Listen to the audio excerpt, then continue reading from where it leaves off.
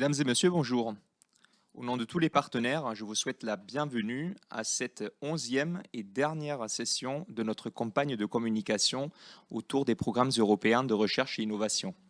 Cette séance est dédiée à la culture et aux sciences humaines et sociales. Elle est animée par Marie Rouby, chargée d'affaires au sein du CNRS. Elle est chargée d'affaires Europe et internationale. Donc, comme d'habitude, vous pourrez me poser vos questions grâce au chat. Ces questions vont être remontées au fur et à mesure. Et effectivement, vous allez aussi avoir des réponses directes via le chat. Je rappelle également que vous allez avoir accès à l'intégralité des sessions sous peu, sous forme de replay. Donc, vous pourrez les regarder chez vous si vous ne pouvez pas assister à l'intégralité de la session, par exemple, aujourd'hui. Et en dernier lieu, je rappelle également que l'ensemble de la séance se déroule dans le respect du protocole sanitaire. Maintenant, je vous souhaite une très très bonne séance. Au revoir.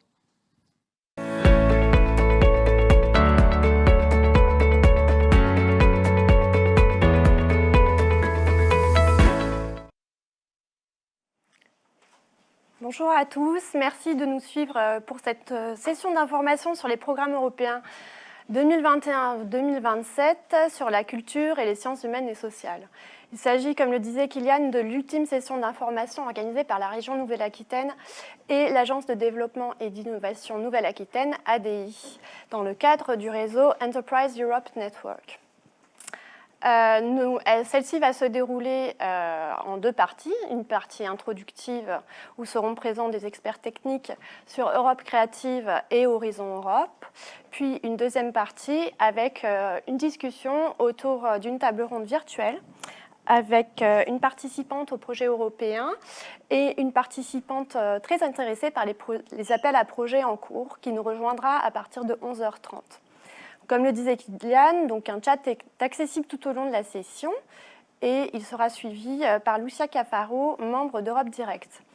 Donc vous pourrez vous poser vos questions sur le chat à Lucia qui répondra. Nous prévoirons un temps pour ces questions-là entre les deux parties, après la partie expert technique et après la table ronde. Marta Gutiérrez, vous êtes responsable Europe créative au Relais Culture Europe, une plateforme d'innovation sur l'Europe et la culture. Bonjour. Marta Gutiérrez. Ça a été coupé. Vous m'entendez là? Oui, là, ouais. Je vous entends maintenant. Très bien. Je disais que vous étiez responsable Europe créative au Relais Culture Europe, une plateforme d'innovation sur l'Europe et la culture. Marta, nous entrons dans une nouvelle programmation européenne qui court de 2021 à 2027. Quelles en sont les caractéristiques principales et évolutions par rapport à la programmation précédente notamment? Oui, bonjour Marie, merci pour l'invitation. Oui, effectivement, le programme de travail de la Commission européenne pour cette nouvelle programmation a été adopté. Et ces programmes marquent le passage de la stratégie à la mise en œuvre pour l'ensemble de ses priorités politiques.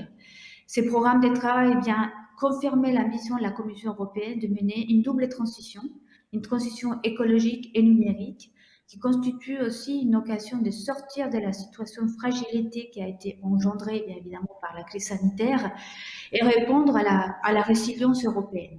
On en parle de résilience maintenant beaucoup, hein, je lâche les termes, lorsqu'on est capable d'anticiper et de répondre aux situations de crise, parce qu'aujourd'hui, on est dans un état chronique d'instabilité, et la résilience va se faire si on se dote de capacités et de rebondir grâce à l'apprentissage, à l'adaptation, à l'innovation.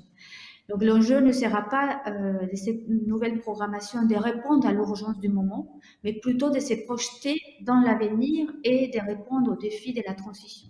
Et notamment la transition écologique avec ses partenaires au Green Deal pour promouvoir l'utilisation efficace des ressources en passant à une économie propre, circulaire et restaurer la biodiversité et réduire bien évidemment la pollution.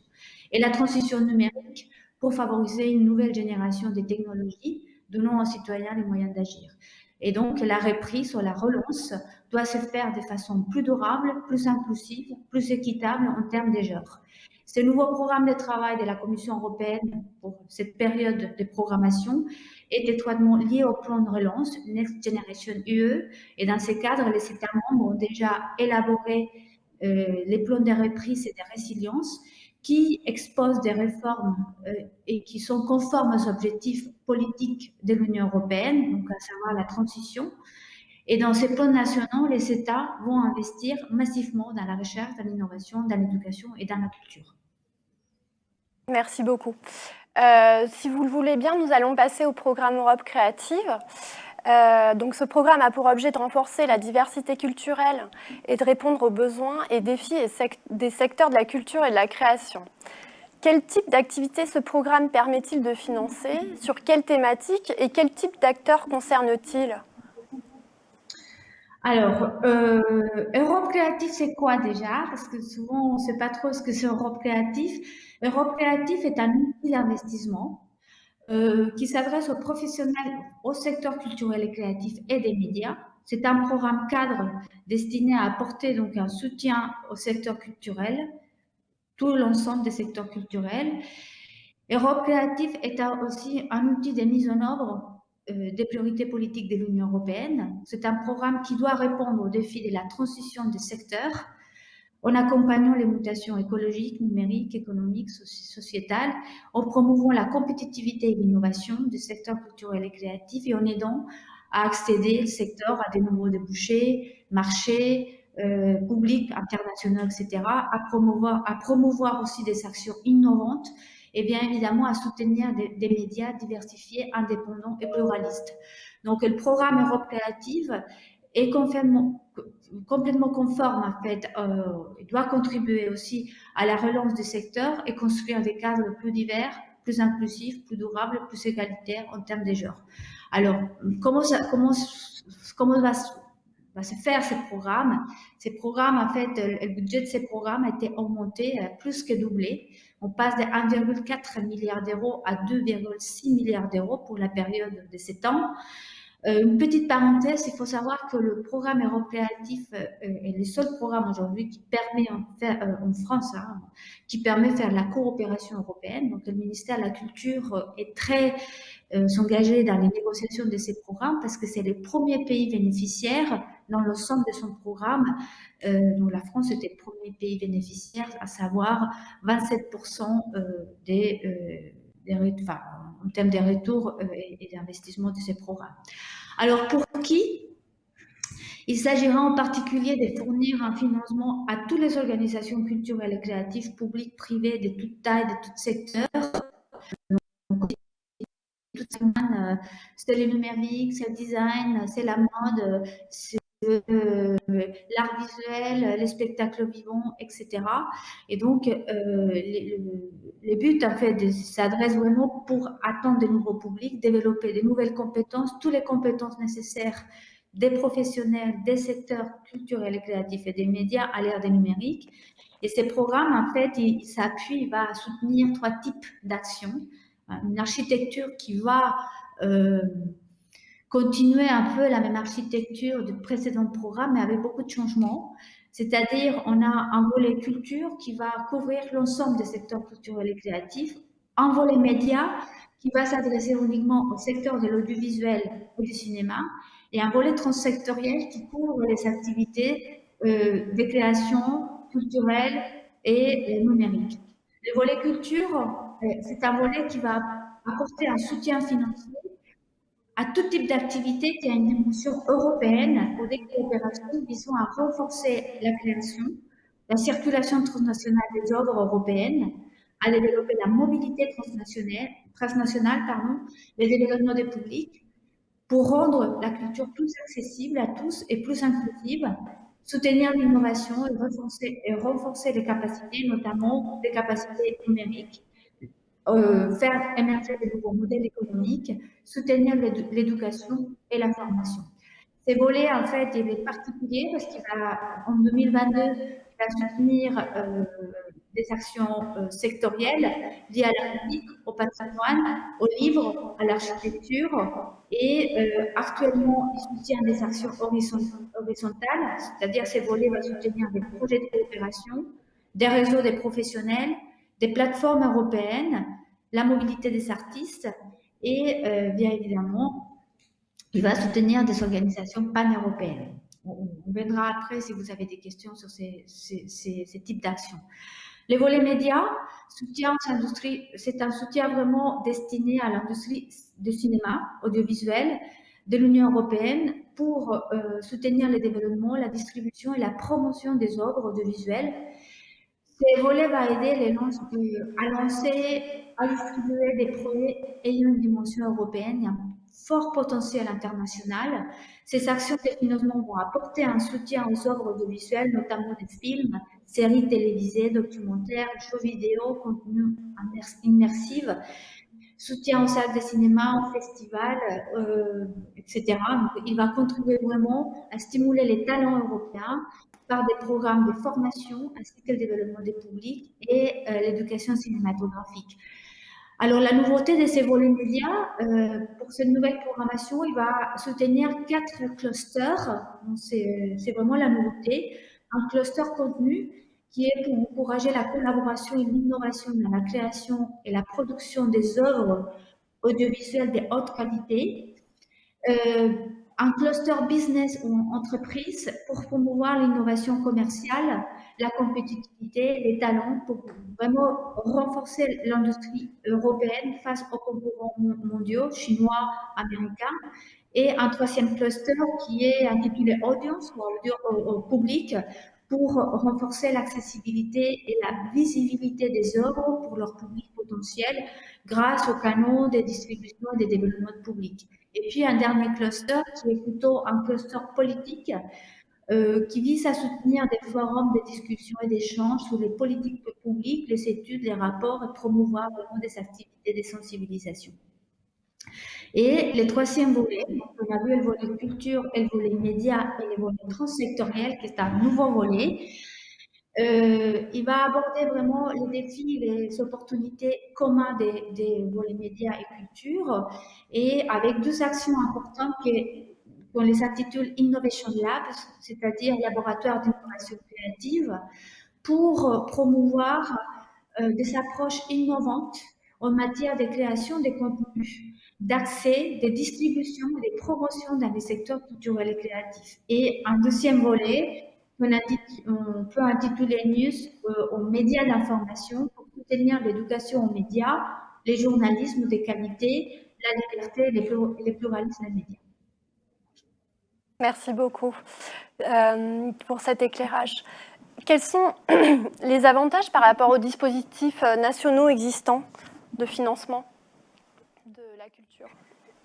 Alors, quels sont les avantages de qu'Europe Créative, c'est le seul programme, comme je vous disais tout à l'heure, qui existe en France pour soutenir la coopération. Il n'y en a pas d'autres dispositifs en France pour vraiment soutenir la coopération. Il faut savoir qu'Europe Créative, on est sur un principe de subsidiarité, c'est-à-dire que c'est les États membres qui vont décider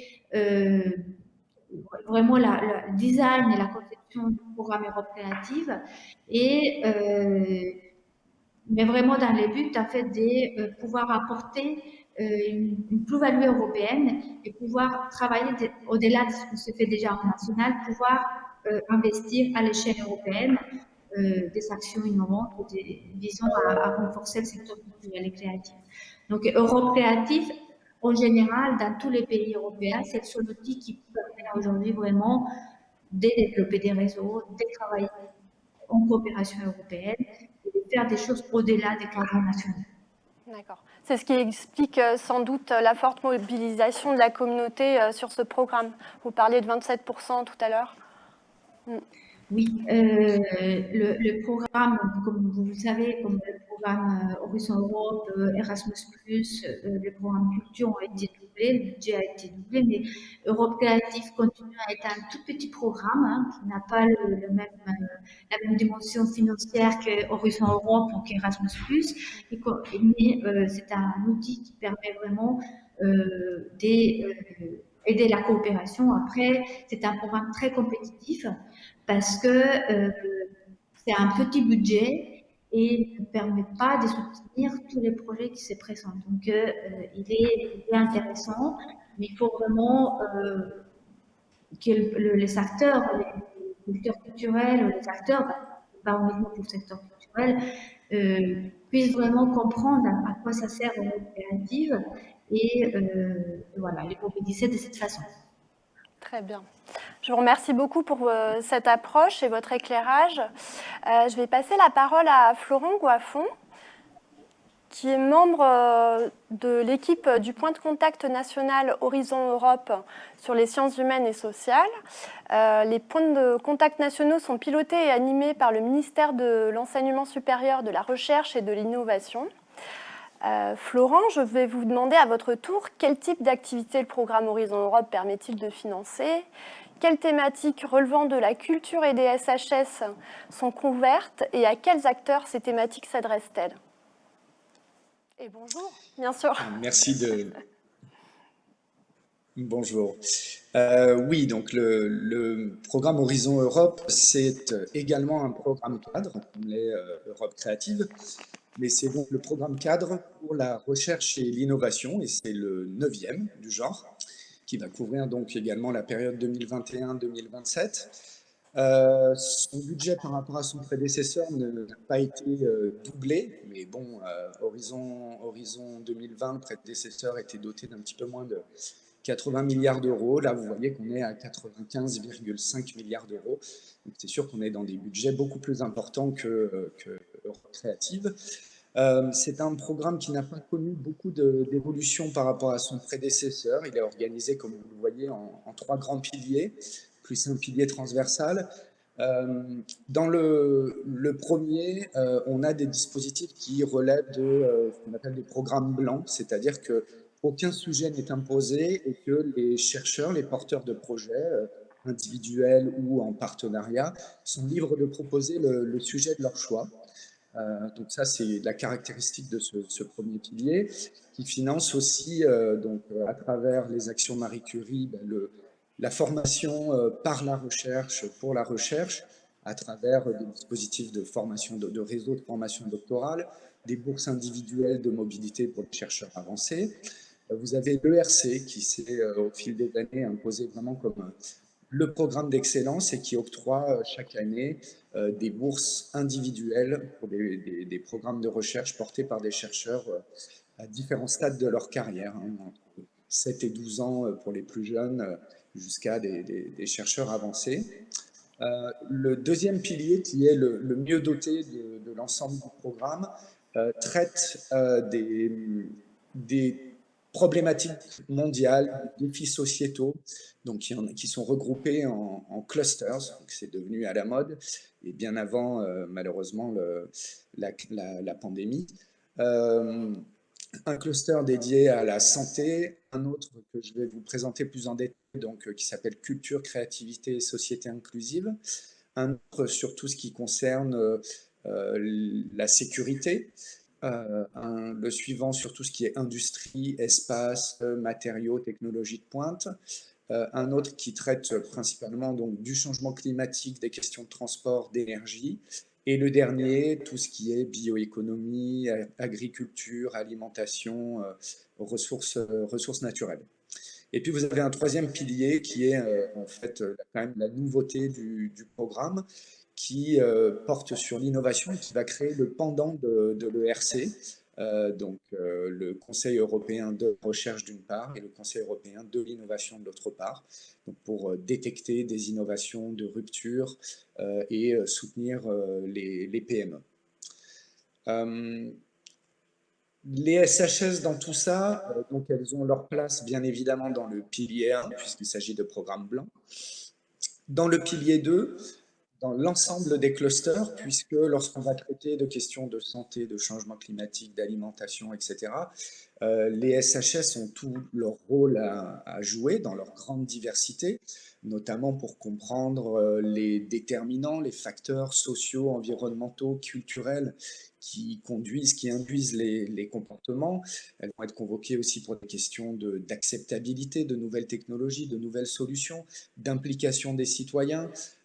Voilà, tous ces sujets-là. Et bien évidemment, le cluster 2 qui est le cluster dédié aux sciences humaines et sociales.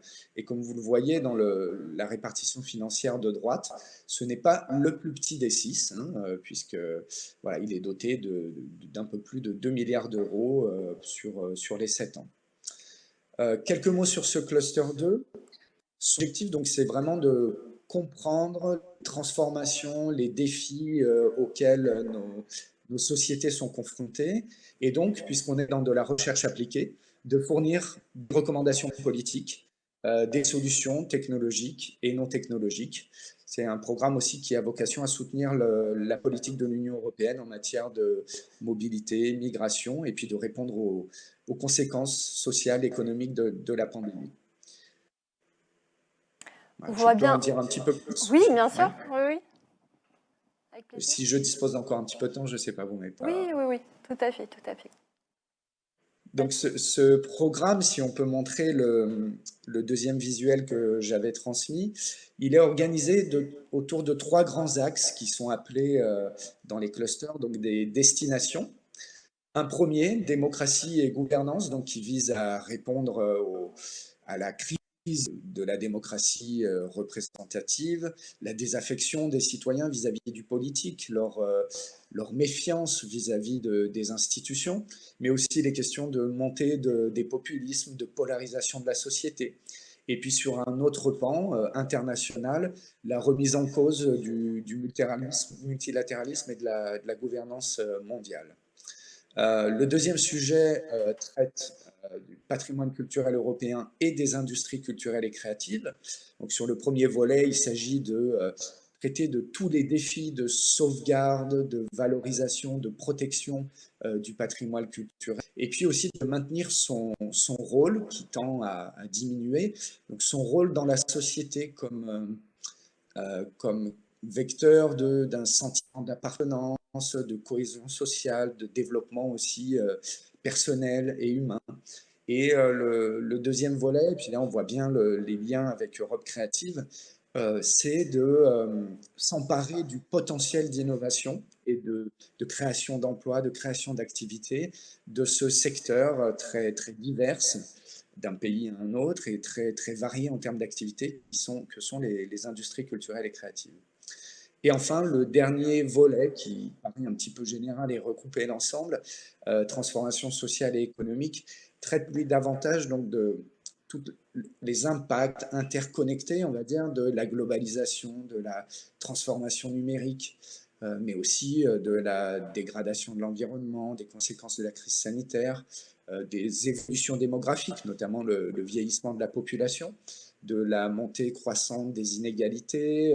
Voilà, on traitera aussi là-dedans des nouveaux besoins en formation, de l'évolution nécessaire de certains pans de l'éducation, et puis pour les adapter notamment aux besoins du marché du travail.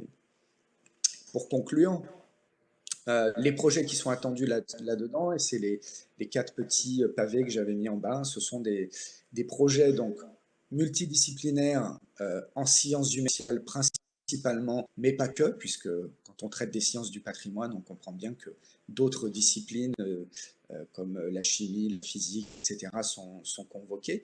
Des projets transnationaux, puisqu'ils nécessitent la création, la constitution d'un consortium international. Et puis transsectoriel, puisqu'on est dans la recherche appliquée à des politiques publiques et que donc les projets vont devoir conduire à des solutions qui devront être utilisées, exploitées par des acteurs politiques ou des secteurs socio-économiques. Okay. On voit bien que le cluster 2 est spécifiquement dédié aux thématiques culture et SHS. Comment on peut identifier les AAP qui nécessitent une approche SHS sur les autres clusters? comment on peut faire pour essayer de s'y retrouver parmi tous les appels qui sortent tous les 2 ans? Alors, à travers le travail que font les différents points de contact nationaux dont je fais partie, une des missions du point de contact national SHS, c'est bien évidemment le cluster 2, mais c'est aussi l'intégration des sciences humaines et sociales dans les 5 autres clusters. On aura des sujets qui seront très fortement orientés SHS, voire qui devront être portés par des chercheurs en sciences humaines et sociales, notamment, je pense au cluster 6 sur les questions d'alimentation.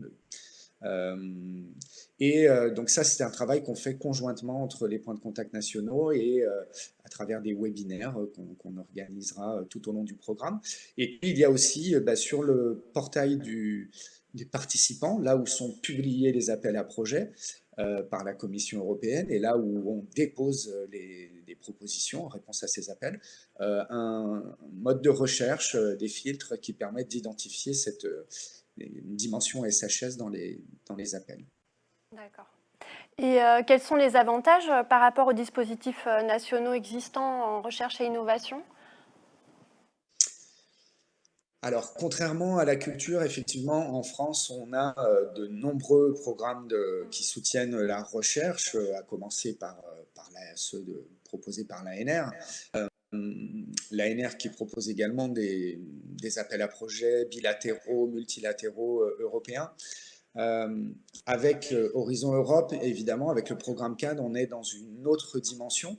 On va traiter pour les chercheurs, l'intérêt, c'est de traiter de problématiques d'intérêt mondial, européen pour certains, de collaborer avec des partenaires à travers l'Europe et le monde, de contribuer à répondre à des défis sociétaux qui sont des enjeux de recherche extrêmement importants, extrêmement complexes, et qui vont leur donner aussi l'opportunité de rencontrer des partenaires de toutes sortes et de partager avec eux. Je pense que de ce point de vue-là, c'est extrêmement, extrêmement riche. Entendu. Merci Florent pour cette intervention. Je voulais vous demander également, Martha et Florent, en quelques mots, est-ce que vous pouvez nous expliquer quelle complémentarité existe entre les 2 programmes, Europe Créative et Horizon Europe? Est-ce qu'il y a des ponts, des passerelles? Martha? La galanterie m'oblige. Votre micro, Martha, il n'est pas branché. Je commence, on se complète peut-être. Allez-y. Oui, allez-y. Alors, Europe Créative, donc, c'est un outil des politiques publiques. Bon, déjà, je pense qu'il y a la première, point des compléments, outil des politiques publiques, et c'est un programme qui répond aux défis des professionnels des secteurs culturels et créatifs. Donc, on est vraiment sur ces questions, vraiment quels défis auxquels quelle transition pour le secteur, donc économique, écologique, sociétal, etc. Donc on est vraiment, et puis notamment l'innovation, la recherche et l'innovation sont des thèmes, on va dire, des outils très importants vraiment dans la conception des projets qui font partie des programmes Europe Créatifs. D'accord. Notamment l'innovation. Oui, allez-y. Si je peux compléter, effectivement, Europe Créative soutient les acteurs du secteur, la coopération, le réseautage des projets en commun, et notamment en vue d'améliorer leur capacité de développement à l'international, etc. Et de s'emparer de nouveaux outils, de nouvelles solutions, et qui peuvent être produites, qui peuvent être issues au final des projets financés à travers Horizon Europe. Et vous l'avez identifié, le deuxième volet, pour une partie, cible le secteur des industries culturelles et créatives. Et donc, il y a notamment en 2021 un appel à projet qui vise à mieux connaître ce secteur dans toute sa diversité, des acteurs qui sont extrêmement différents d'un pays à un autre, qui travaillent dans des secteurs qui proposent des activités vraiment différentes. Et donc voilà, cet appel à projet en particulier a vocation à produire cette connaissance, cette cartographie de ces acteurs, et puis d'essayer, si nécessaire, de favoriser une action commune au niveau européen pour porter ce secteur et le soutenir notamment dans l'accès à des marchés, dans le développement de leurs activités à l'international. Ok. Martha, vous vouliez ajouter quelque chose tout à l'heure? Oui, voilà, le point, c'est la synergie entre les programmes. Et pour Europe Créative, Europe Créative est ouvert pas uniquement aux industries culturelles et créatives, elle est ouverte à tout le secteur culturel et créatif. Et donc, la recherche fait partie, la recherche d'innovation font partie des points importants stratégiques, en fait, d'Europe Créative. C'est vraiment comment l'innovation, pas uniquement technologique ni économique, mais notamment l'innovation sociétale, qui est vraiment indispensable, qui est vraiment le point, on va dire, central, qu'est-ce qu'on appelle l'innovation sociétale. Est-ce que vous pourriez nous expliquer en quoi constitue concrètement l'innovation sociétale, justement? Qu'est-ce qui est attendu? Alors, oui. Alors, l'innovation sociétale, en simple, je vais vous dire, c'est comment aujourd'hui un groupe des professionnels ou d'acteurs des secteurs culturels et créatifs ou des citoyens simples qui sont dans des approches culturelles décident de se mettre ensemble et trouver des réponses inédites à un problème des sociétés qui répond vraiment à des enjeux de ces groupes qui a décidé de se mettre ensemble et de faire émerger en fait de nouvelles réponses. Donc on n'est pas sur des logiques descendantes, mais on est sur des logiques ascendantes. Et ce n'est pas le public ou le privé, c'est vraiment une nouvelle innovation qui permet vraiment d'expérimenter. On est vraiment sur des processus d'expérimentation et des recherches-actions qui permettent vraiment de se doter de nouveaux outils, de nouvelles pratiques, de faire émerger de nouvelles formes de travail, de nouvelles pratiques, etc. Je ne sais pas si j'étais claire, mais... Si, enfin, à mon sens, oui. Merci beaucoup. Je vous propose de passer au chat. Lucia, est-ce qu'on a des questions qui émergent plus que d'autres?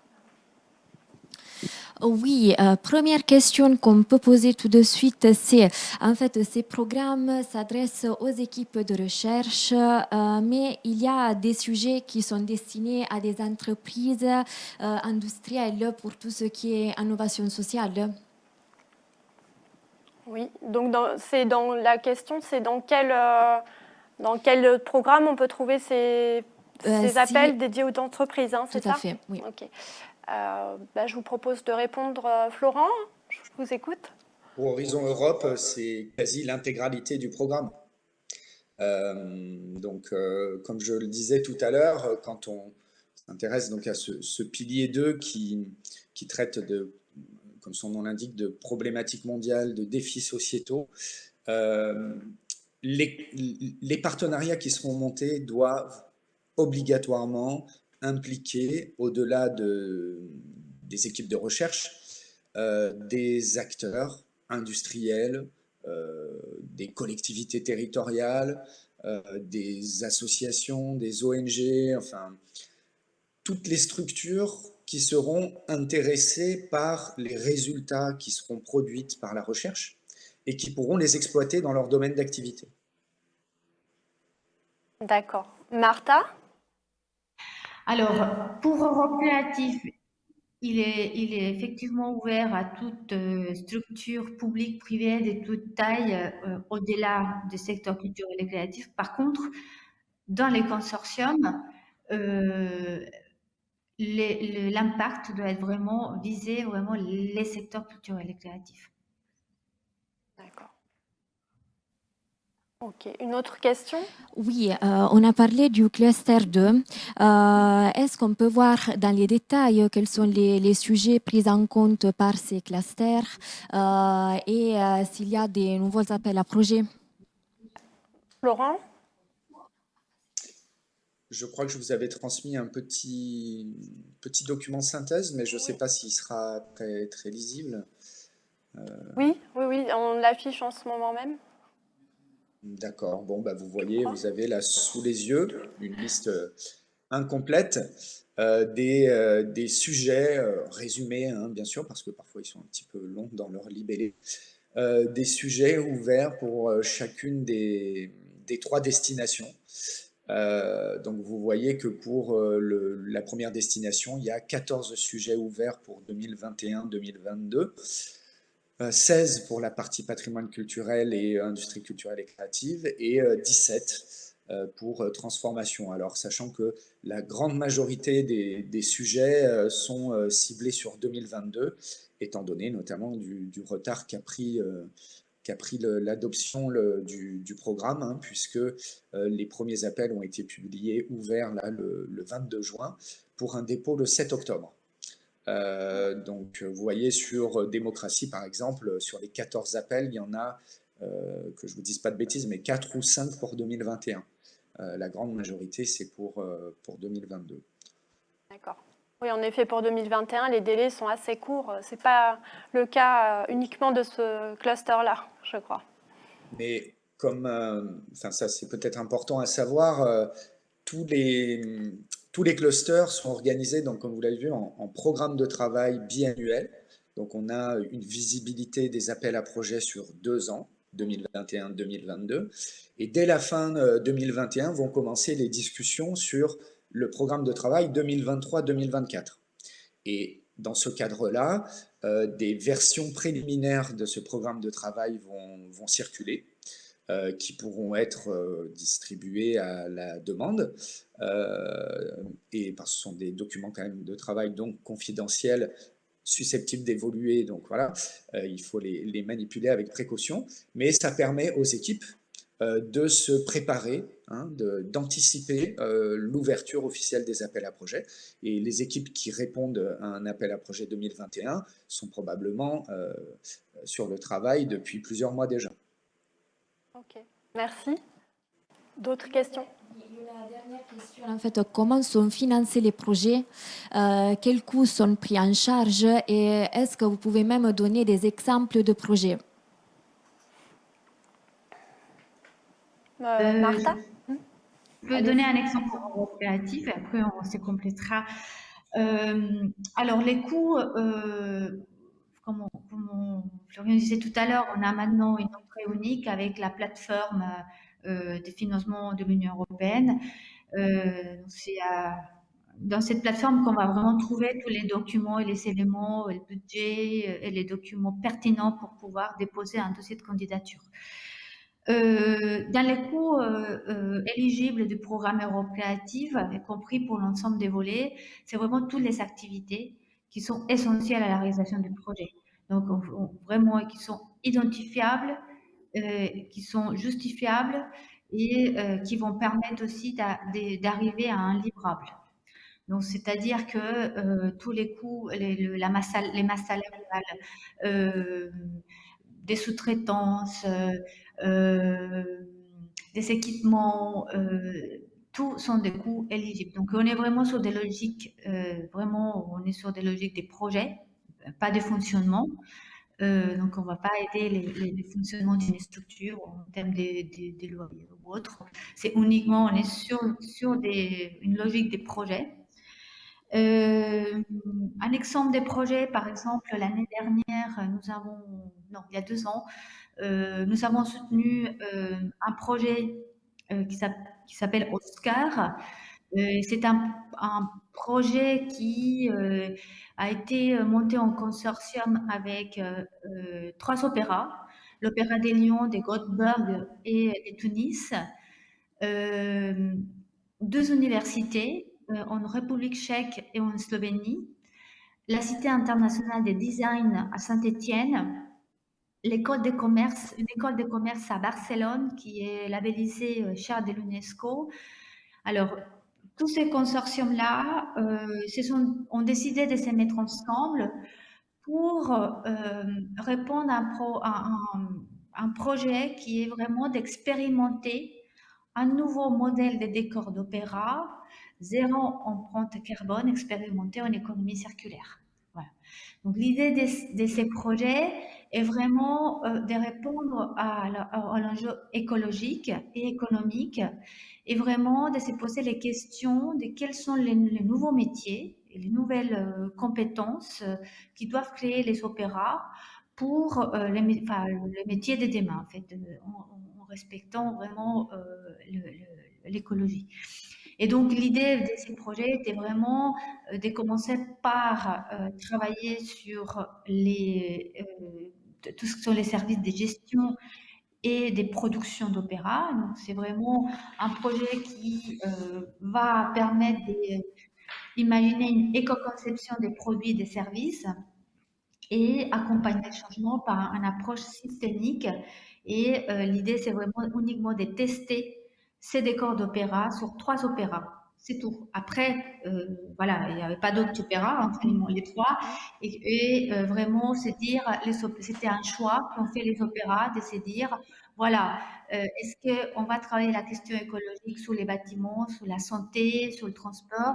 Ils ont décidé vraiment vraiment d'identifier l'enjeu sur la scène, sur la création artistique, c'est-à-dire que c'est là où il faut vraiment commencer à changer et à faire évoluer en fait des métiers et les métiers de l'opéra de demain.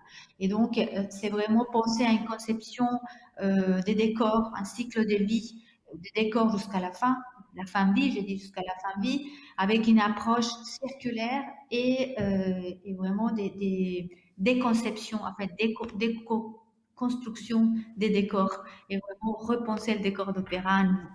Voilà, donc tout ce qui est lié à ça, donc vous avez vu qu'on a un consortium qui croise la recherche, qui croise le design, parce qu'ils viennent designer les métiers de l'opéra. La Cité internationale vient, les universités vont travailler sur les nouveaux matériaux et puis sur les questions aussi écologiques et environnementales et les opéras qui sont des tests de ces décors.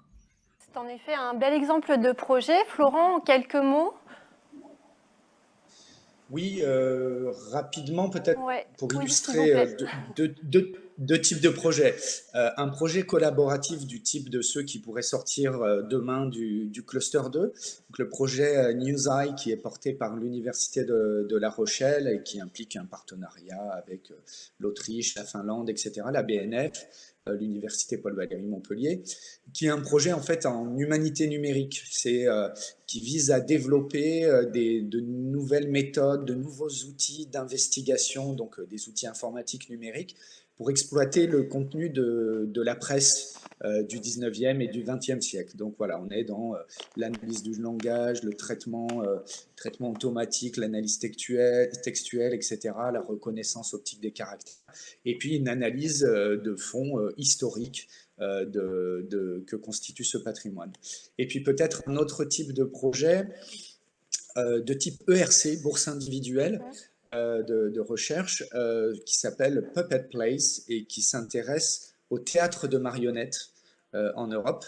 Dont l'objectif, il y a une vocation de sauvegarde du patrimoine puisque l'équipe de recherche va aller aux différents coins de l'Europe, dans des petits musées, dans des petits théâtres, etc., numériser des pièces inédites, en analyser le contenu historique, culturel, etc., pour les remettre en perspective, et puis pour offrir aussi à des marionnettistes la possibilité d'accéder à de nouveaux répertoires, voilà, pour faire de nouvelles pièces.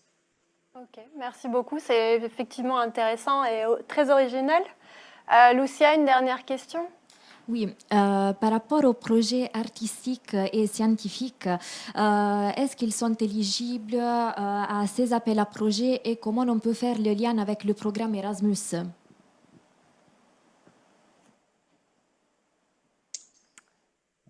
Florent? Je peux compléter si vous voulez.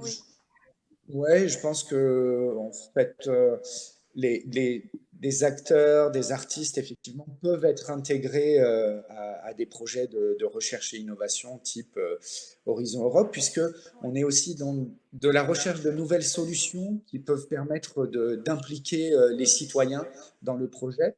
Et on sait que voilà, enfin, les pratiques artistiques, culturelles ont cette capacité d'engagement, d'implication qui peuvent être très efficientes, notamment voilà, dans ce lien de rapprocher science et art et de co-designer, co-développer des solutions. Voilà, c'est un peu le principe aussi du Bauhaus, du projet de nouveau Bauhaus européen qui est porté par la commissaire Ursula von der Leyen et qui a vocation à transposer le Green Deal, le projet de Green Deal, transformer le design des villes, etc., pour que les habitants se sentent mieux, tout simplement. Voilà. Très bien. Martha, vous vouliez aussi intervenir? Oui, après, oui, pour le programme Europe Créative, vraiment, on va dire, une des démarches importantes, c'est vraiment les liens entre culture, éducation et recherche. Très bien. C'est vraiment cette synergie entre les trois. On ne peut pas avoir une approche unique sur Europe Créative, mais il faut le voir sur les trois domaines, culture, éducation et recherche. Ok, c'est clair. Je vous propose maintenant de passer à la table ronde. Émilie Chevalier, bonjour. Vous êtes maître de conférence en droit public à l'Observatoire des mutations institutionnelles et juridiques de l'Université de Limoges. Et Valérie Demangel, vous êtes directrice Europe et internationale à la Direction générale de la communauté d'agglomération de Pau, Béarn et Pyrénées. Bonjour. Émilie, que retenez-vous de cette nouvelle programmation ? Oui, alors bonjour à tous, merci de l'invitation. Donc cette programmation, je dirais qu'elle est stimulante sans aucun doute et que oui, comme cela a été souligné et présenté précédemment, les SHS peuvent trouver leur place, en tout cas des recherches innovantes en SHS peuvent le faire. J'insiste vraiment, mais ça a déjà été fait, mais je le répète, c'est-à-dire que les SHS ne sont pas seulement concernés par l'aspect gouvernance, culture, transformation de société, mais aussi par toutes les autres dimensions du cluster 2, hein, énergie, santé, changement climatique. Et c'est vrai que ces priorités, ces axes de travail vont sans doute pouvoir générer des perspectives de travaux, alors interdisciplinaire, pluridisciplinaire, transdisciplinaire. Je pense que la présentation qui a été faite en parlant de transdisciplinarité me semble quand même très très ambitieuse et ne pas toujours coller aux réalités de ce que l'on peut faire, mais au moins interdisciplinaire, voire pluridisciplinaire, très certainement. D'accord. Valérie ? Bonjour à tous. Bonjour. Merci de m'accueillir. Alors, je vais parler évidemment au nom d'une collectivité territoriale et surtout au nom des villes. Ce que nous retenons de la nouvelle programmation, c'est d'abord, premièrement, vous l'avez dit évidemment, le verdissement des politiques européennes, dans la nécessité de s'inscrire dans le pacte vert, la nécessité aussi d'associer les citoyens à la fabrique de la ville, à la fabrique des politiques publiques, c'est essentiel. La gouvernance ouverte à l'association des parties prenantes, ça c'est des choses qui reviennent et qu'il faut prendre en compte dans les programmations et dans nos propositions. Un fonctionnement beaucoup plus transversal et systémique des sujets. On a parlé d'interdisciplinarité. Nous, on parle plus de sortir du silo et d'arrêter de fonctionner direction par direction et d'essayer d'avoir des approches globales des sujets, y compris des sujets culturels. Vous avez évoqué le New Bauhaus. Pour nous, c'est extrêmement important. Cette position de la présidence de la Commission, elle impacte fortement le nouvel urbanisme des villes et on le prend déjà beaucoup en compte dans la façon dont on redesign l'espace public. Et on voit là un exemple fort d'interdisciplinarité, de place des citoyens et puis évidemment de la culture et des artistes au cœur du hard des villes, c'est-à-dire de l'urbanisation. Et puis enfin, peut-être une amorce de politique pour les villes, puisque pour la première fois, on a une mission qui s'appelle 100 villes neutres pour le climat, qui n'est pas anodine, qui préfigure l'histoire future de la neutralité des villes. Vous savez que 75% des citoyens en Europe vivent en ville, d'où l'importance d'atteindre dans les villes la neutralité climatique si on veut atteindre les objectifs de l'Union européenne à 2050. Donc voilà, il y a tous ces points-là qui sont extrêmement structurants, je pense, et qui quand même signent une évolution assez importante des politiques et de la programmation. En effet. Émilie, quels sont les 3 éléments clés que vous retenez de votre expérience sur les programmes SHS et culture de l'Union européenne? Oui, alors il faut souligner que la participation d'un chercheur universitaire au projet européen peut prendre différentes formes, hein, précisément en raison de la diversité des programmes européens. On parle beaucoup aujourd'hui, et à raison, des projets EH 2020, mais après vous avez aussi des programmes donc Erasmus, Jean Monnet par exemple, les programmes aussi gérés par la DG Justice, hein, les Justice Programmes qui peuvent être aussi intéressants pour les SHS. Donc un panel assez large d'expériences, d'ampleur distinctes. Alors, trois éléments clés rapidement. Premier élément clé, je dirais, bah, oui, l'enrichissement personnel, l'enrichissement collectif, que eh bien à la fois de devoir mobiliser une réflexion dans une dimension européenne, ça a bien entendu, ensuite enrichissement du fait des échanges, du fait des contacts qui vont se créer. Et en effet, on peut noter que ce mode de fonctionnement de la recherche au niveau européen produit sans doute des éléments beaucoup plus enrichissants que si on l'avait conduite au niveau seulement national ou voire seulement régional. Donc enrichissement, ouverture, rayonnement, ok. Deuxième élément clé que je vois, c'est en fait un élément d'anticipation. Et je ne sais pas si tous les chercheurs universitaires sont très sensibles à ce paramètre-là. Anticipation, en fait, à la fois pour le travail en amont du dépôt de projets. On l'a dit tout à l'heure, oui, clairement, un projet européen, ça ne se travaille pas en 3 mois. Hein, quand on vous demande d'avoir de multiples partenaires de divers types structurels ou institutionnels, voilà, ça se travaille bien en amont.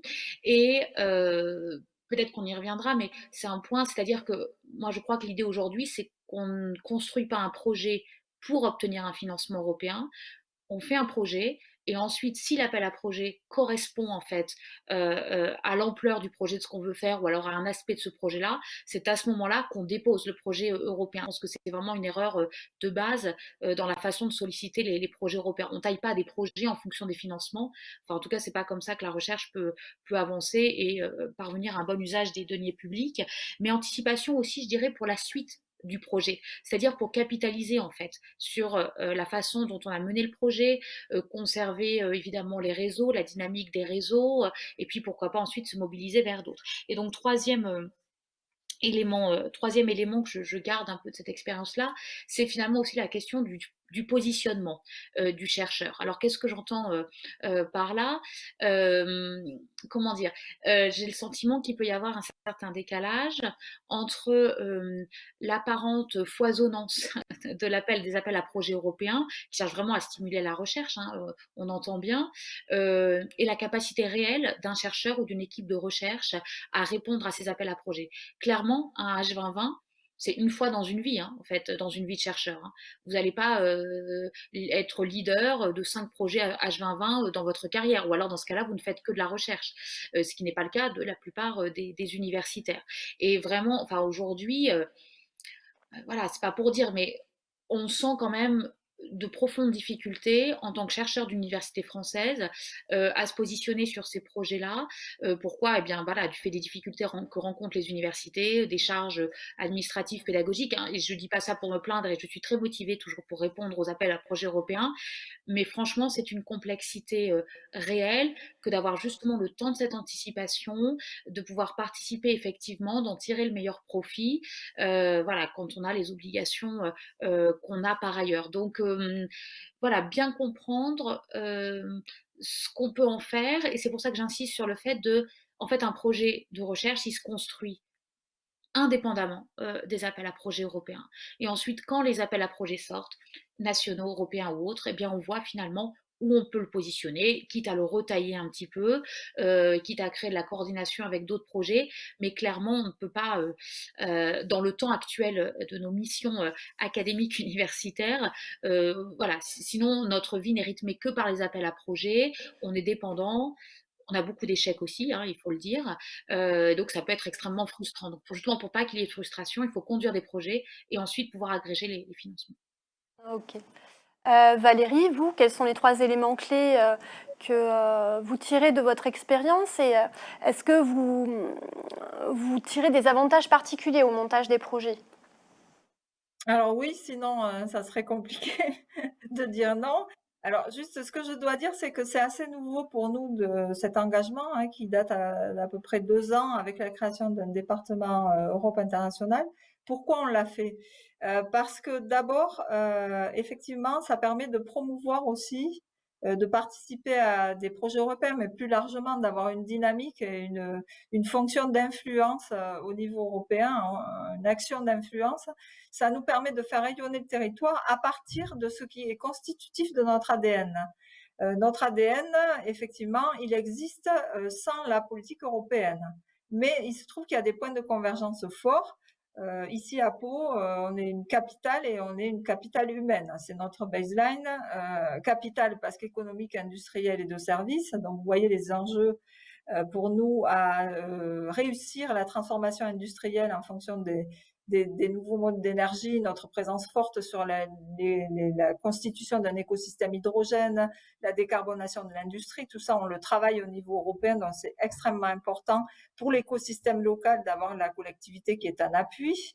Alors évidemment en allant chercher pourquoi pas des projets, alors qui sont pas forcément des projets horizon de financement sur des sciences sociales, mais là on rejoint on y reviendra peut-être un peu plus tard, on rejoint la transdisciplinarité et l'importance du volet sciences humaines et sociales au cœur du hard, y compris des projets industriels ou de transition énergétique où on a besoin d'associer les citoyens pour générer beaucoup plus d'acceptabilité sur ces projets-là.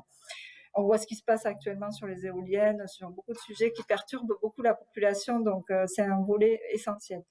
Alors il y a déjà voilà ce rayonnement par rapport à notre ADN. Et puis, il y a aussi l'infusion des bonnes pratiques européennes dans la collectivité. Les collectivités, elles sont souvent autocentrées, elles travaillent surtout sur des sujets qui sont des services de base à amener aux populations. Donc, ça permet quand même beaucoup de prendre un peu de distance, de prendre un peu de hauteur par rapport au sujet du quotidien, d'inciter l'ensemble des services à travailler de façon systémique et transversale. Et je prendrai un exemple très concret. Quand on parle de ville neutre pour le climat, on s'est beaucoup impliqué, nous, dans la mission 100 villes neutres pour le climat. On fait partie du groupe de pilotage national avec le ministère de la Recherche et le PINVille sur ces sujets, avec les villes de Lille et de Grenoble en tant que ville moyenne. Et vous le voyez ici, hein, il y a une slide sur la mission telle qu'elle est organisée. On voit bien qu'on est dans un autre mode de fonctionnement que le mode classique des villes et que pour travailler sur le futur contrat climatique de la ville, il faut travailler avec un chef de projet neutralité qui va fédérer l'ensemble des énergies des différentes directions, mais aussi de l'écosystème local, de la recherche, de l'excellence industrielle et des citoyens, avec une entrée unique, un guichet unique de financement qui doit aussi fédérer l'ensemble des politiques publiques et des différents fonds européens. Donc on a une autre approche, je pense, qui vient impacter fortement le fonctionnement de la collectivité. Et pour nous, par exemple, le lancement de cette mission il y a un peu plus d'1 an par la Commission, puisqu'il y a eu un mission de board avant qu'elle soit finalisée, ça nous a permis de revoir aussi de façon assez conséquente notre organisation interne et de poser dans le mandat pour notre maire un objectif de neutralité à 2040 avec une prise de conscience de la nécessité d'accélérer nos trajectoires sur la neutralité carbone. Donc vous le voyez, c'est extrêmement impactant et un autre point que je voudrais souligner quand même sur l'expérience européenne, c'est la nécessité effectivement de répondre en fonction de l'ADN et de la stratégie de la ville ou de la collectivité. Il ne s'agit pas d'avoir un effet d'aubaine et de vouloir aller répondre à des appels à projets qui ne sont pas faits pour nous. Il faut vraiment avoir une stratégie a priori. Et puis, bien sûr, bon, on a parlé de partenariat européen, mais il faut aussi avoir des priorités pour les villes de coopération européenne. Nous en avons avec une priorité forte sur la ville de Saragosse, avec qui nous travaillons sur l'ensemble des appels à projets sur lesquels nous candidatons parce que c'est une ville jumelle et qu'on veut développer beaucoup les liens avec Saragosse et d'avoir aussi d'autres cibles en Europe. avec des relations fidélisées qui nous permettent de travailler ensemble parce qu'on partage les mêmes valeurs, justement, et beaucoup de sujets qui vont nous permettre de nous retrouver sur les candidatures futures. Merci. Vous évoquiez toutes les deux l'interdisciplinarité et effectivement l'Union européenne encourage ce volet-là. Émilie, quelles sont les bonnes pratiques selon vous pour faciliter cette interdisciplinarité? Comment parler un langage commun entre différents volets de la culture et des SHS, voire avec des sciences dites dures? Alors ça, c'est le gros challenge, hein, très clairement. C'est-à-dire que depuis des années, on souligne l'importance d'aborder ou d'adopter, pardon, une démarche pluridisciplinaire pour traiter des objets. On n'y est pas encore, hein. On voit qu'évidemment ici, il est important d'avoir infusé a priori une culture de la pluridisciplinarité. Vraiment, la question du langage peut paraître complètement anecdotique et accessoire, mais en fait, c'est ça le point. C'est-à-dire que là, actuellement, à Limoges, nous sommes impliqués dans un projet CSA, hein, donc, qui dépend de Agenda 20, donc Coordination and Supportive Action. Et donc là, l'idée de ces projets-là, c'est de mettre en réseau en fait un ensemble de partenaires pour justement traiter d'une problématique. Donc dans notre cas, c'est la question de l'intégration des exigences de biodiversité en matière de transport et d'infrastructures de transport. Et en fait déjà, quand on a été à l'étape du montage du projet, mais vraiment, vous pouvez vous rendre compte que vous ne parlez pas du tout la même langue que des experts voilà, en sciences dures, en fait, hein, très clairement. C'est-à-dire que même il y a une façon de concevoir les projets qui est très différente dans la sphère SHS sciences dures, mais aussi en effet au niveau des SHS elles-mêmes. Donc il faut accepter quand même une certaine prise de risque, je dirais, un certain voyage dans l'inconnu, qui à terme évidemment apportera des bénéfices. Mais je dirais le risque, et surtout, surtout venant des SHS, je vois à peu près la réalité de ce risque, c'est que les SHS soient utilisés à une dose de saupoudrage, c'est-à-dire que voilà, vous faites un projet de sciences dures, et puis surtout voilà quand on fait du droit, hein, donc c'est souvent à ce moment-là qu'on est appelé, ah ben oui, il faudra un petit volet juridique, ah ben très bien, donc là c'est ce que j'appelle au mieux de l'interdisciplinarité, mais certainement pas de la pluridisciplinarité, et donc vous venez apporter un éclairage juridique sur la façon d'aborder une problématique. Mais vous comprenez bien que cet éclairage-là va être par exemple en aval, voilà, sur la question de l'acceptabilité sociale, par exemple, d'une pratique, mais vous n'allez pas influer sur la façon dont l'objet va être appréhendé scientifiquement, en fait, en amont. En tout cas, ce n'est pas à ce moment-là que vous allez être sollicité. Donc, c'est aussi une espèce de culture de réflexe à avoir, et peut-être que d'accepter que dans les premiers projets qu'on fait, voilà, on n'est pas expert quoi, de cette méthode-là. C'est une méthode qui s'apprend. À l'université, on nous dit évidemment qu'il faut prôner cette pluridisciplinarité. Elle n'est pas valorisée hein, pour la reconnaissance de l'expérience ou de la carrière des chercheurs. Donc c'est quelque chose qui est fait véritablement voilà, à titre de saupoudrage. Vous allez être le juriste de l'étape, vous êtes le sociologue de l'étape, bon, très bien. Mais voilà, nous, en tout cas, au niveau national, aujourd'hui, on a un projet de recherche sur l'accès à la justice en matière d'environnement, et là, nous avons un volet juridique et un volet sociologique, et le volet sociologique n'est pas juste un éclairage de ce que l'on va faire, mais c'est vraiment une autre façon de fonctionner du point de vue vraiment cérébral, quoi, pour le coup, très clairement. Merci. Valérie, avez-vous des bonnes pratiques à promouvoir? Et après, je demanderai aussi à nos PCN d'intervenir. Peut-être qu'ils ont des exemples différents ou un éclairage différent de par leur vue sur l'ensemble des projets financés. Valérie? Alors, nous, on a une expérience dans une réponse récente qu'on a faite à un horizon pour lequel on n'a pas été retenu, qui était un horizon très hard sur l'efficacité énergétique des bâtiments. Et on a travaillé alors il y avait 114 candidatures et trois projets retenus, mais c'était une expérience extrêmement riche parce que ça nous a permis de travailler justement l'interdisciplinarité avec un labo mixte. Alors je sais pas, je suis pas assez experte en université pour savoir si ça existe beaucoup ailleurs, mais à Pau nous avons un labo mixte sur la question de la transition énergétique qui déjà pour nous c'est extrêmement confortable parce que ça nous permet d'avoir un interlocuteur unique à la fois sur les sujets scientifiques et à la fois sur les sujets sociaux qui sont essentiels, hein. C'est un prérequis incontournable de l'Union européenne. Si vous travaillez sur la neutralité des villes, si vous travaillez sur l'efficacité énergétique, pour nous, une ville, ça ne peut pas fonctionner sans sciences humaines et sociales, sans la question de l'acceptabilité, sans la question de l'association des citoyens à la fabrique de la ville. Donc, c'est incontournable. Et c'est vrai que c'est difficile de vous dire comment l'université a géré ça parce que de fait, nous avons cet interlocuteur unique avec ce labo qui est dirigé par Xavier Arnaud de Sartre.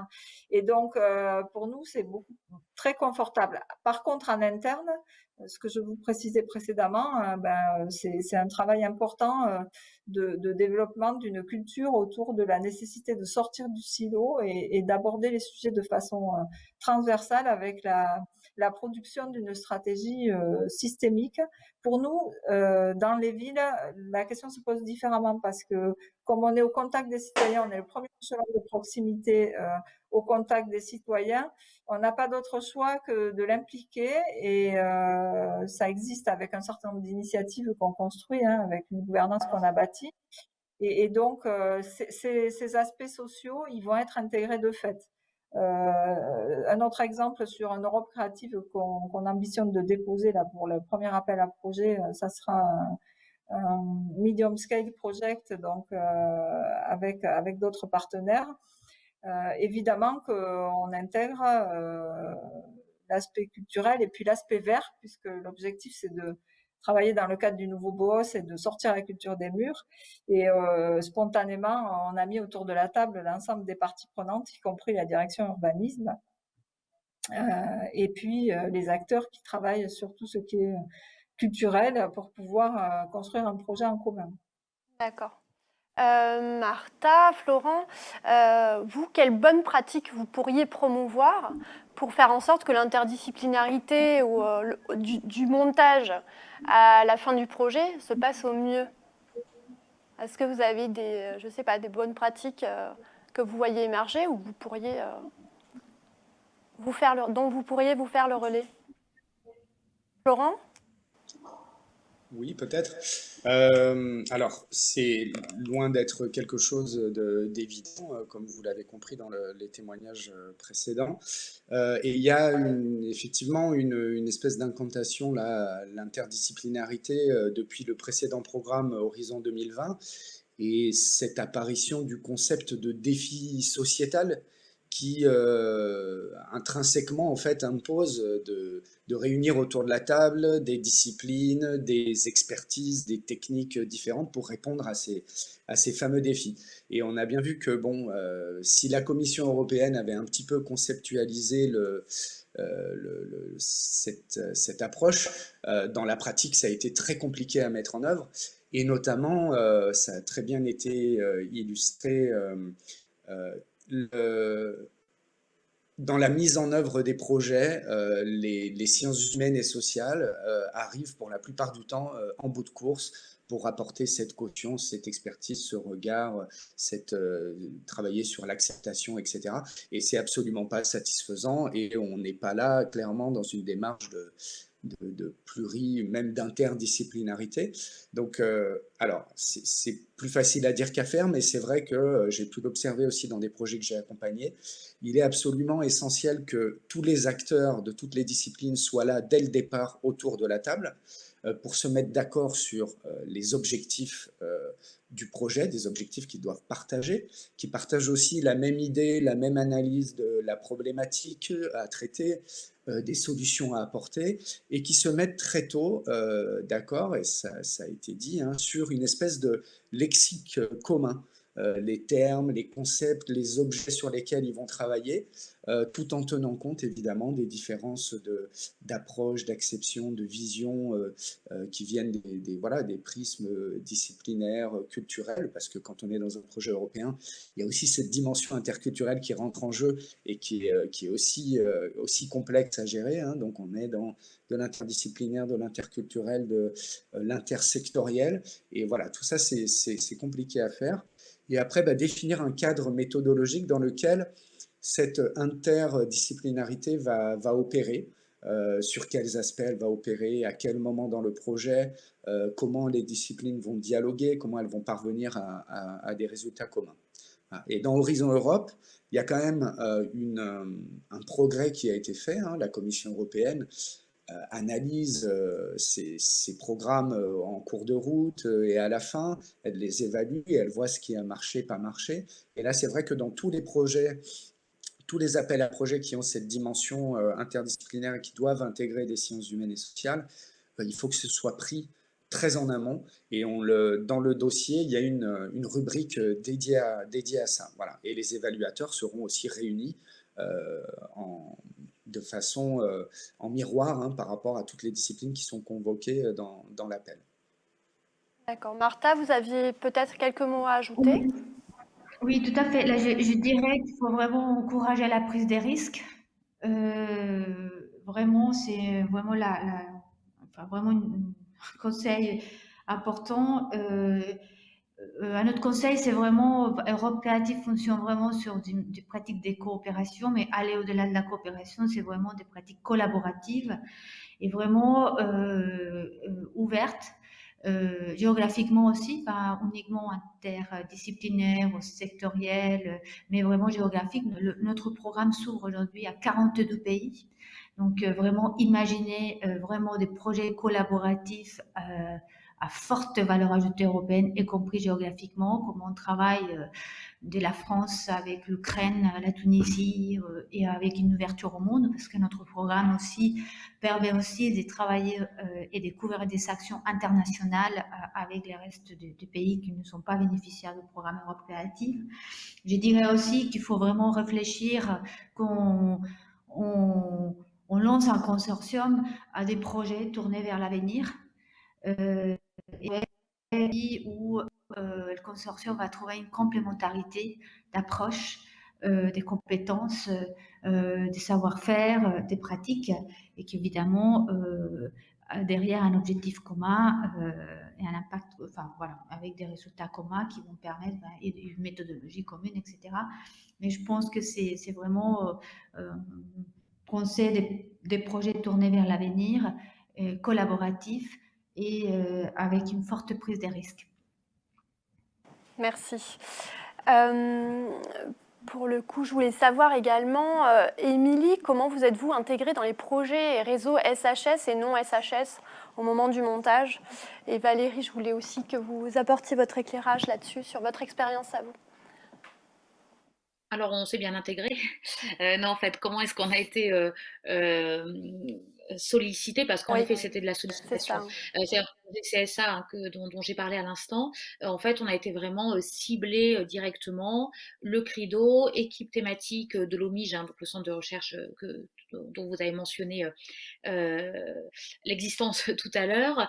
Voilà, on nous a dit, ben voilà, vous êtes identifiés comme des spécialistes de la question du droit de la biodiversité. On a besoin de juristes dans ce domaine-là. Est-ce que vous êtes partant pour intervenir? Et j'ai envie de dire, c'est beaucoup finalement comme ça.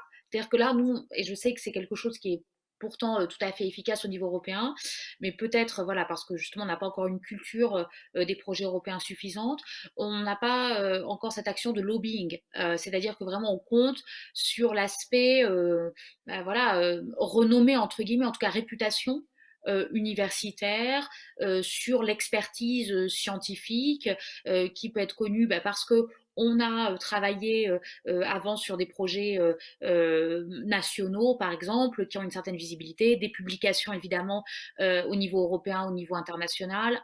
Aussi, ce qui compte beaucoup, c'est l'intervention dans des conférences internationales où là, évidemment, vous faites du réseautage. C'est-à-dire que vous ne le faites pas avec une visée particulière d'un projet identifié, mais que forcément, vous avez connaissance d'un tel et quand vous allez monter un projet, vous allez avoir un contact. Donc, c'est quand même beaucoup sur de l'info, enfin, soit en effet de l'expertise reconnue ou en fait, voilà, sur de l'interpersonnel au départ.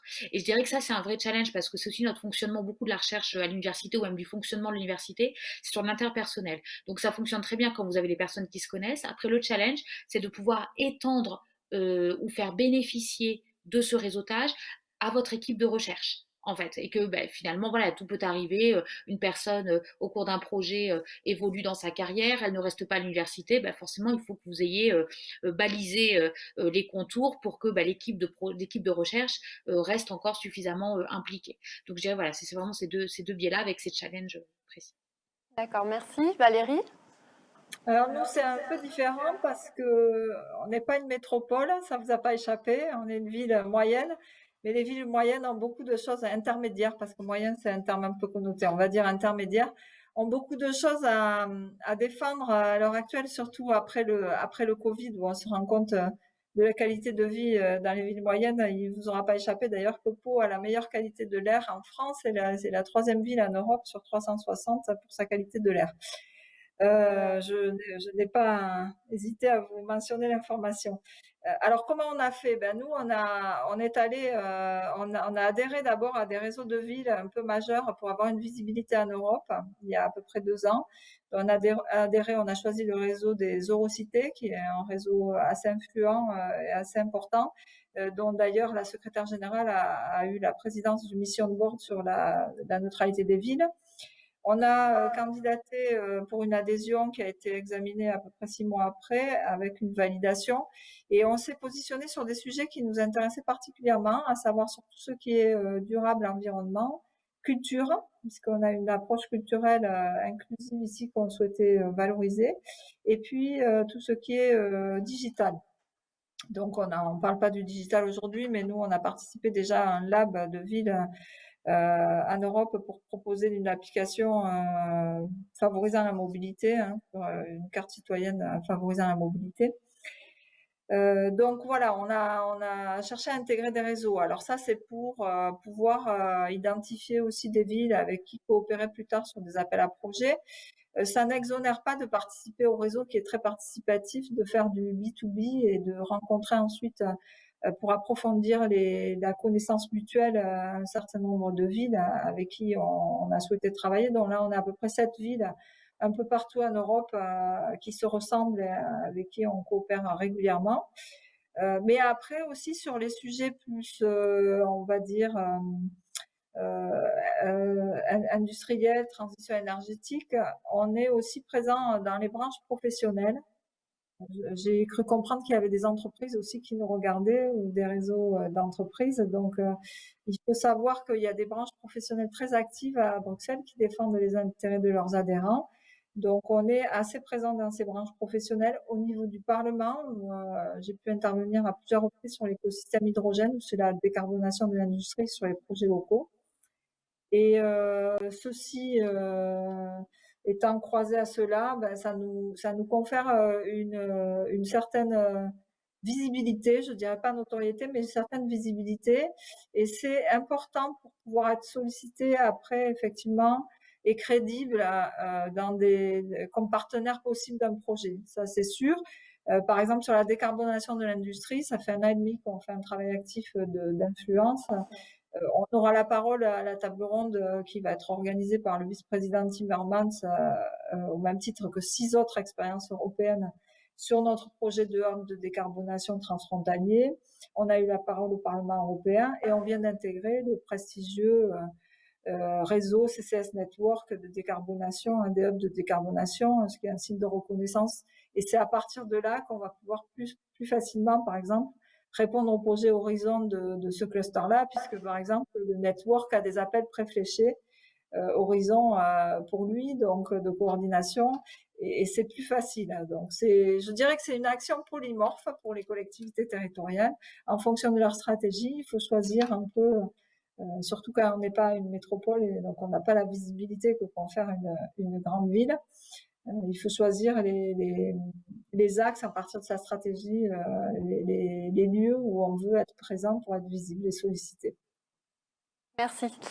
Je vais maintenant passer à des priorités, à un sujet sur des priorités importantes pour la Commission européenne. C'est dans un double sens, c'est comment intégrer les attentes et les besoins des citoyens d'une part, et quel rôle est attendu des projets dans la prise de décision. Martha et Florent, est-ce que vous avez pareil, hein, des bonnes pratiques ou de ce que vous voyez émerger des projets. Qu'est-ce qu'on entend par comment mieux impliquer les citoyens et comment ça se traduit dans les projets que vous voyez passer?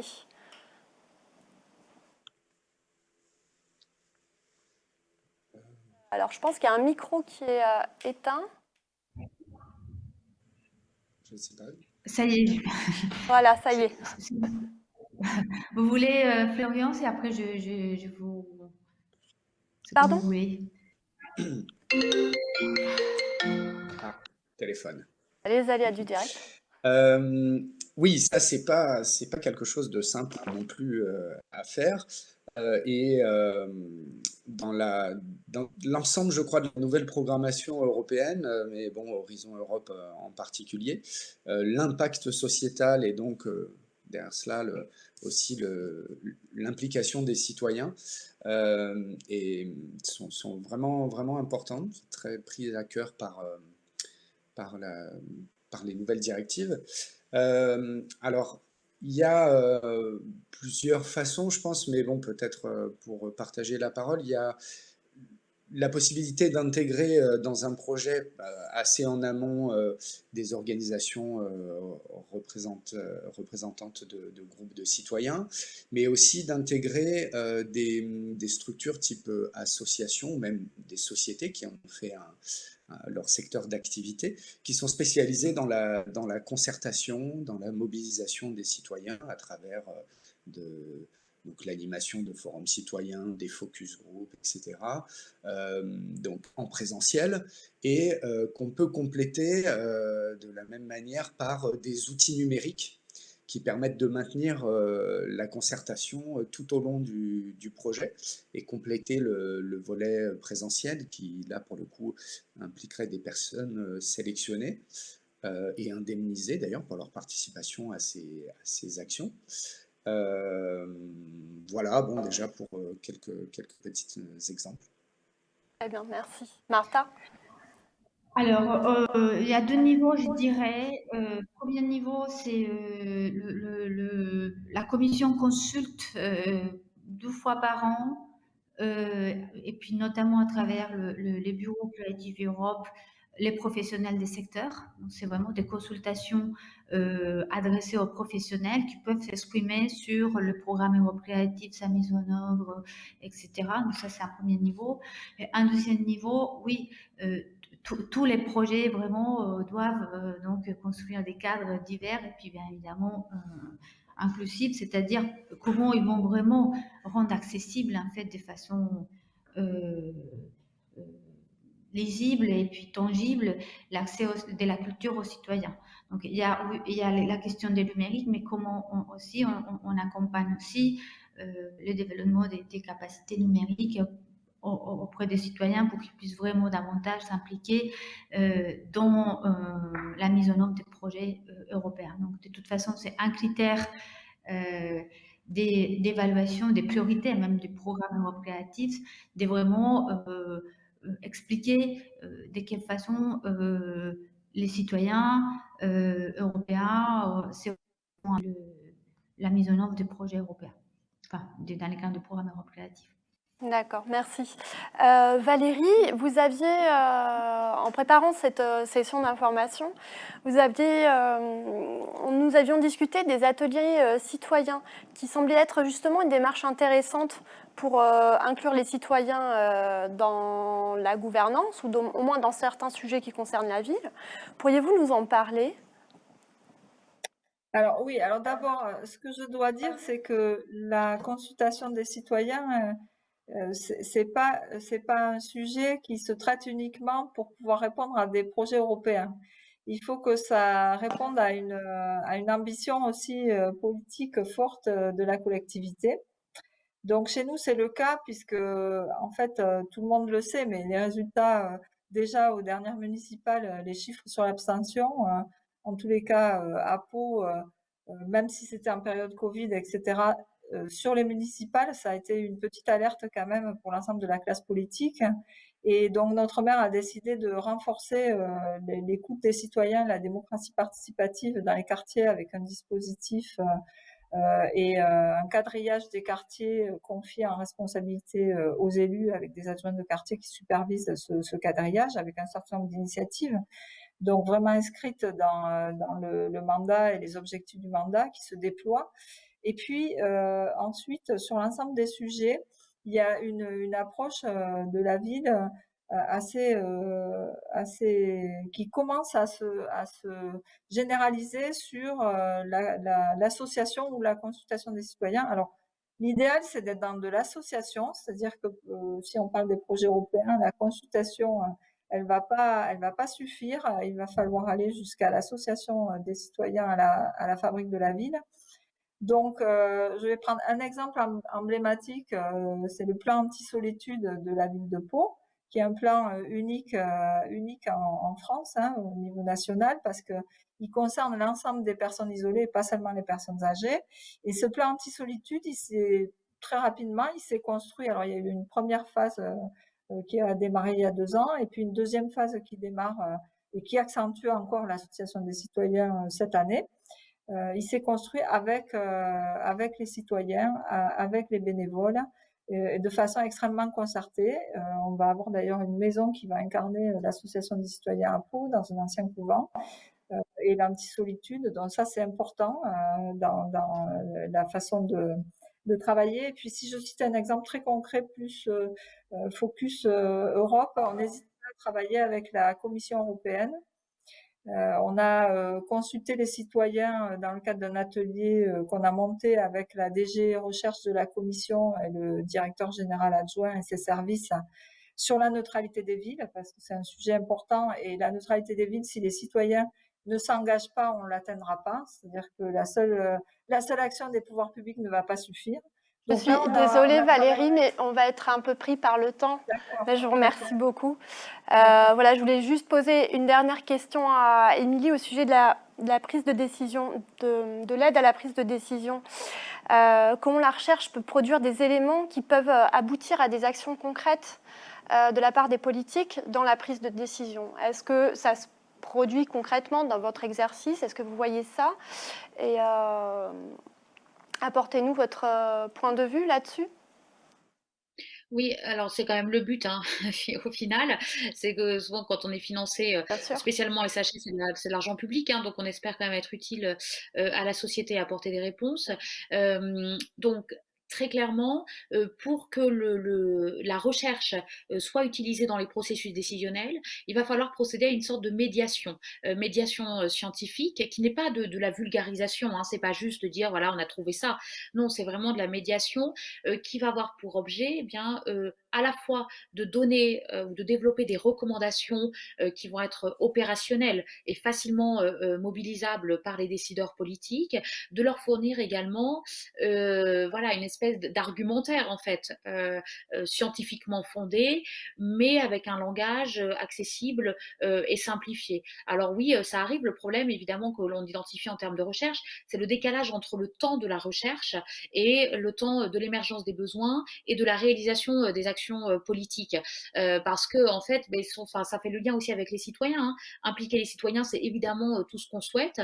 C'est quand même très compliqué d'expliquer à un citoyen que oui, on va l'impliquer en année N, que le résultat de la recherche, ça sera en N+3, voire en N+4, et que peut-être un jour, à N+8 ou N+10, il va se passer quelque chose en fait au niveau du décideur politique. Donc oui, c'est quelque chose en effet sur lequel il faut réfléchir. Donc nous, des exemples, on en a. Hein. Enfin, par exemple, en droit de l'environnement, les chercheurs de notre laboratoire ont beaucoup cherché sur le principe de non-régression, et donc on a été, donc c'est quelque chose qui a émergé dans les années 2005-2008, et ensuite on a été sollicité au moment où un projet de loi est arrivé sur la table de l'Assemblée nationale.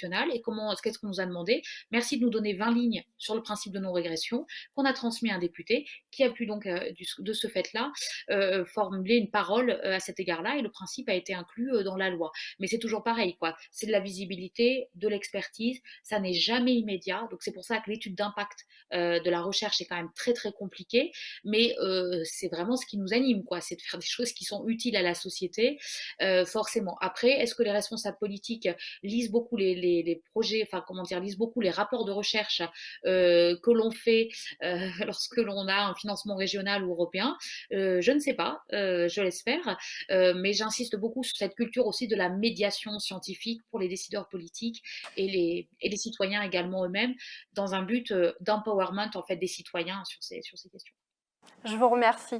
Je vais commencer à clore cette session qui a été riche en échanges. La programmation Horizon Europe et Europe Créative est également riche et mieux dotée que la programmation précédente. On voit bien qu'elle concerne des acteurs divers. N'oubliez pas que les interlocuteurs locaux sont là pour vous aider dans le montage de vos dossiers. Le Conseil régional, ADI et les établissements auxquels vous êtes affiliés. Je vous remercie énormément. Je remercie énormément les intervenants d'avoir répondu présent dans des délais, somme toute, très courts, voire revus. Et je suis très contente qu'on ait pu échanger ensemble tous les 5. Merci beaucoup et merci Lucia. Malheureusement, on ne pourra pas passer au chat car le temps file. Merci à tous. Au revoir.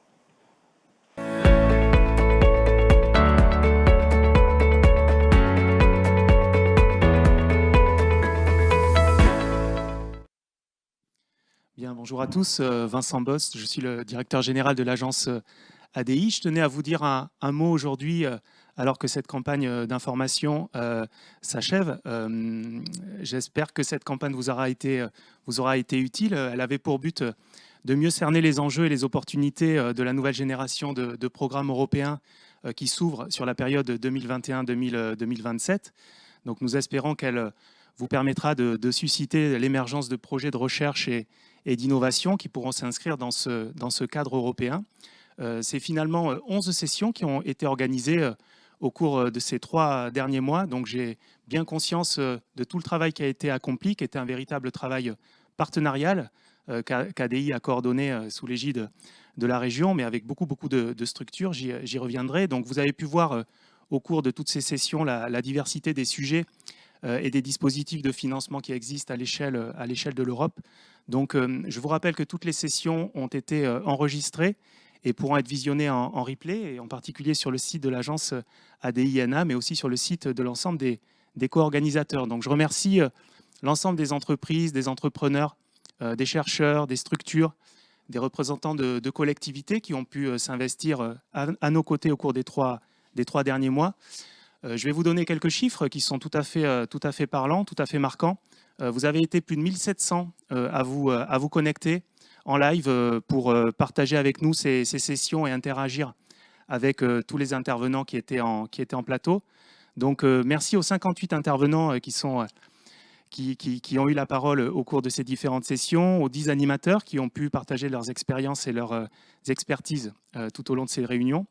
Nous sommes appuyés sur 23 co-organisateurs autour de l'agence ADI pour préparer et animer les sessions. Je pense en particulier évidemment à la région Nouvelle-Aquitaine, que je remercie pour sa confiance et son soutien en faveur d'ADI, mais aussi beaucoup de pôles de compétitivité. 8 pôles de compétitivité se sont mobilisés à nos côtés. Je pense aussi aux universités issues de l'ensemble de la Nouvelle-Aquitaine. Donc vous avez sur l'image l'ensemble des logos et des partenaires qui nous ont aidés dans la préparation de ces sessions. Donc je parlais des universités, mais également des organismes de recherche, l'ensemble des pôles de compétitivité, j'en ai parlé, mais aussi des clusters régionaux.